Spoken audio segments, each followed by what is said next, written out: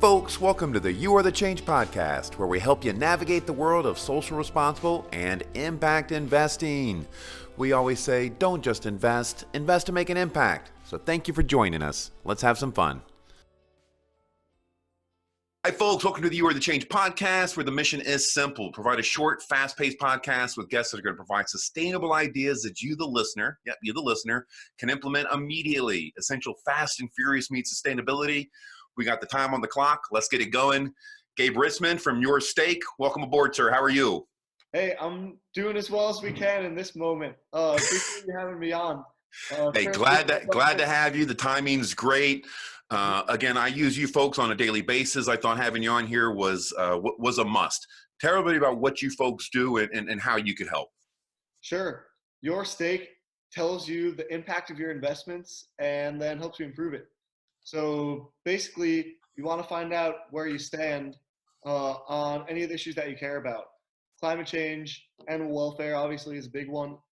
Gender equality, human rights. We have over 100 different bits of information that you can find out how you're doing and what your impact is of your current portfolio.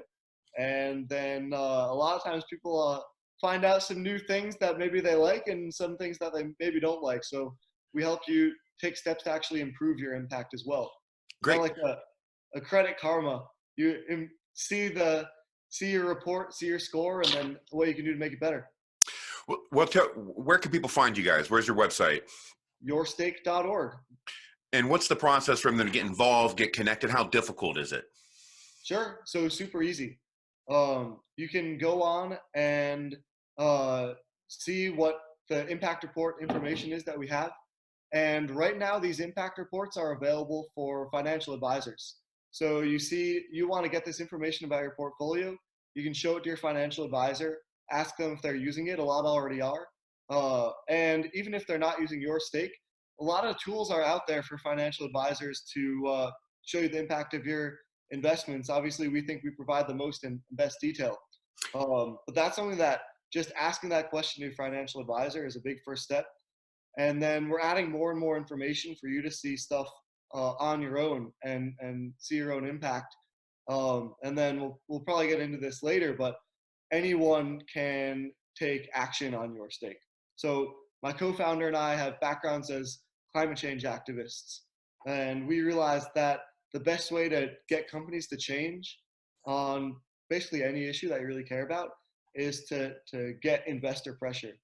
And luckily for us, I mean, if you have a 401k, anyone listening to this podcast is an investor, and you have power, you have a voice that you can use to take action and push companies to change.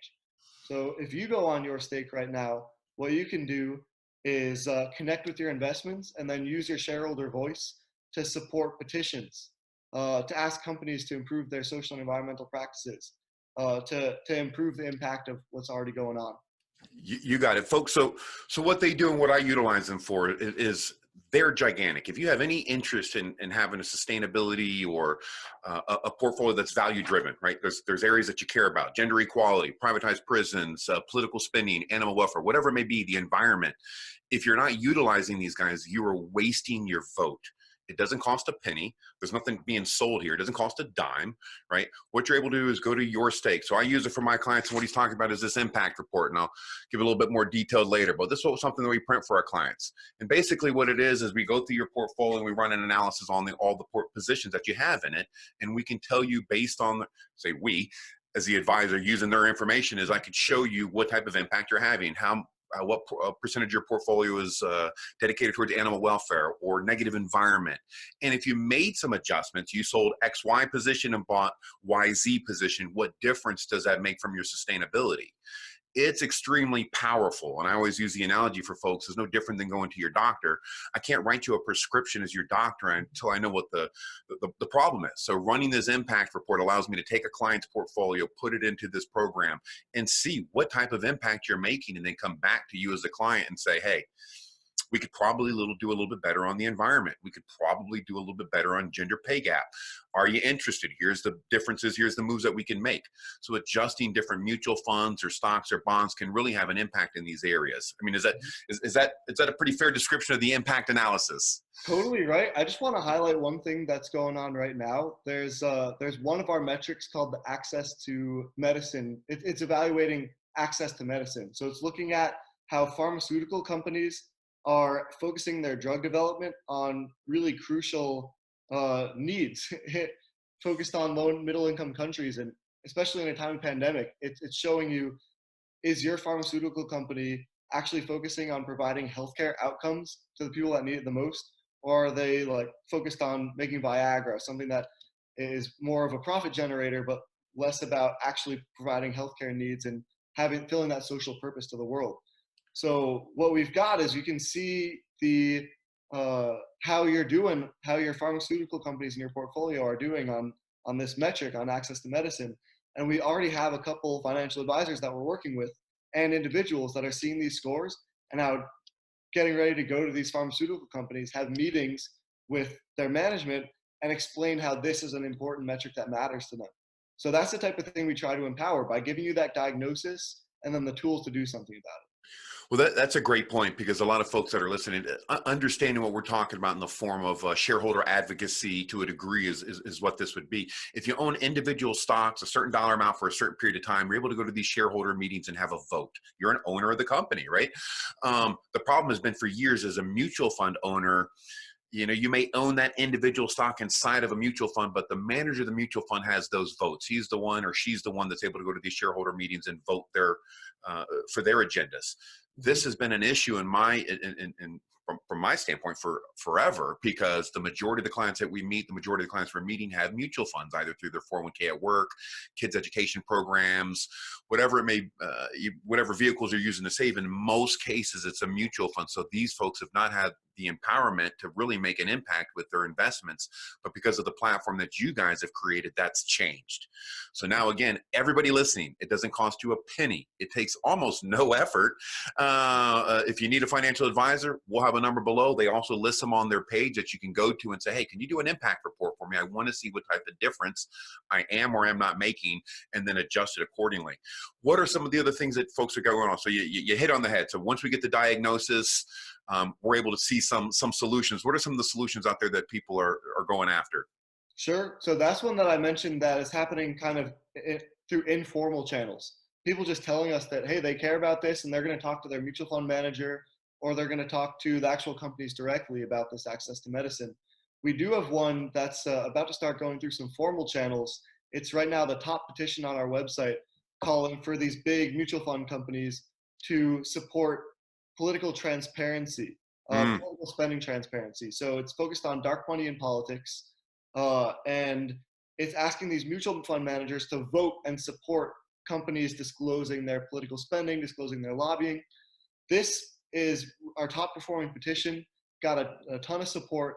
And right now, the nonprofits that organize the petition, the Union of Concerned Scientists and Public Citizen, are working with some shareholder engagement experts to actually bring this to the fund management companies and push it forward. So that's happening right now as we speak, getting these conversations ready to go. And that's something that if you sign the petition, you get updates on it. You know what's going to be happening, and you can see how that progresses, because it's these nonprofits and shareholder engagement experts representing hundreds of millions of dollars of individual investors like you that have just pooled their voices together. And that's something that we think that the fund managers can't deny. They have to listen to that. And you hit on the head. I mean, the power's in the fund manager, as we kind of mentioned. You're looking at like the BlackRocks, the Vanguard, folks that are listening. Again, if you're looking at your statements, you maybe have Fidelity, Oppenheimer, Vanguard, BlackRock, some of these major players, billions of dollars under management. they've got a lot of power. So what you're doing, because you may not own an individual stock, by using groups like these guys, you're able to go on, link your investments. They now see that you own some Vanguard, for example. So let's say it's Vanguard. They see that you own Vanguard, and one of the petitions is a Vanguard fund. So those folks are going to take that and go to Vanguard and put the pressure on Vanguard now as a larger organization to go to these companies and put the squeeze on them a little bit. And I always tell folks, if you want to change companies, you hit them in the wallet. An analogy I use sometimes is what you have is you've got all sorts of different folks trying to make an impact. A lot of good friends of mine, they're protesting, they're out, you know. And so I use an analogy. It's like these corporations are this huge ship. So you've got the protesters that are out throwing bottles and rocks at the ship, trying to, you know, hey, stop ship. You've got people in other ships who are on shore that are trying to avoid this ship.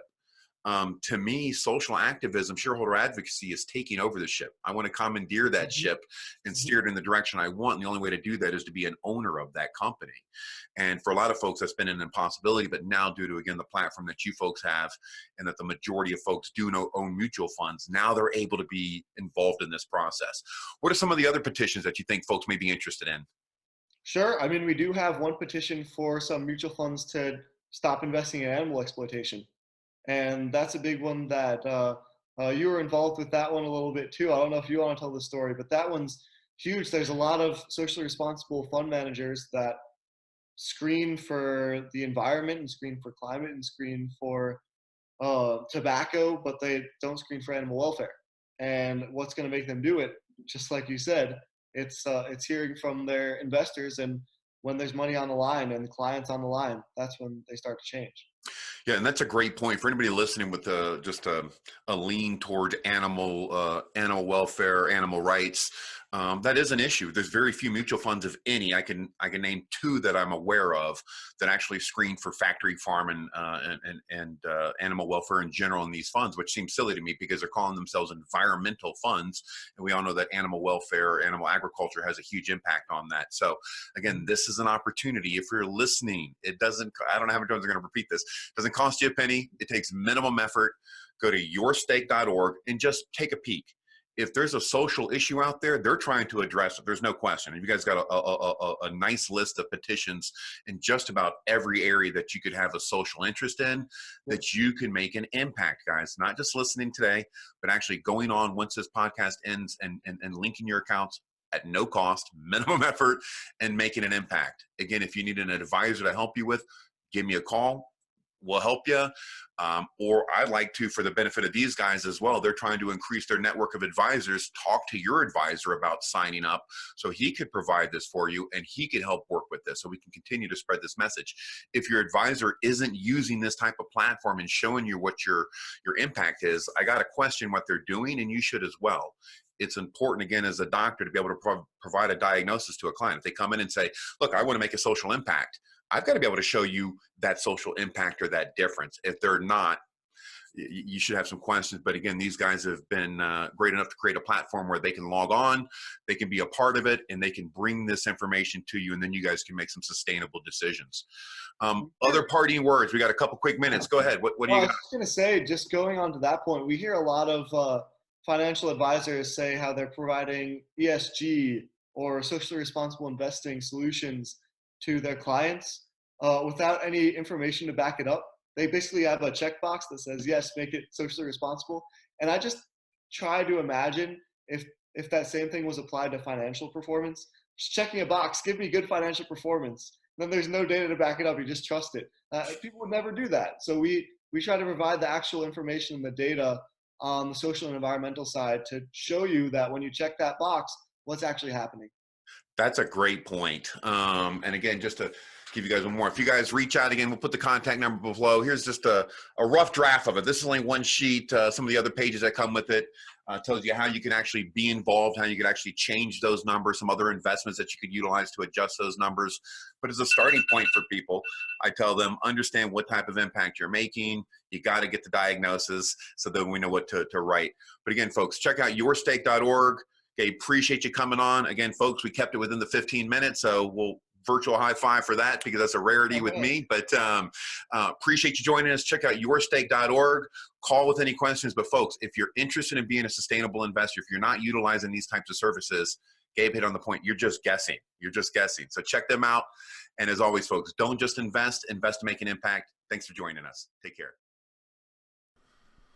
Well, thank you again for joining us on the You Are the Change podcast. I hope you enjoyed. As always, to learn more, you could find us on youarethechange.net. Again, that's youarethechange.net. Have a great day.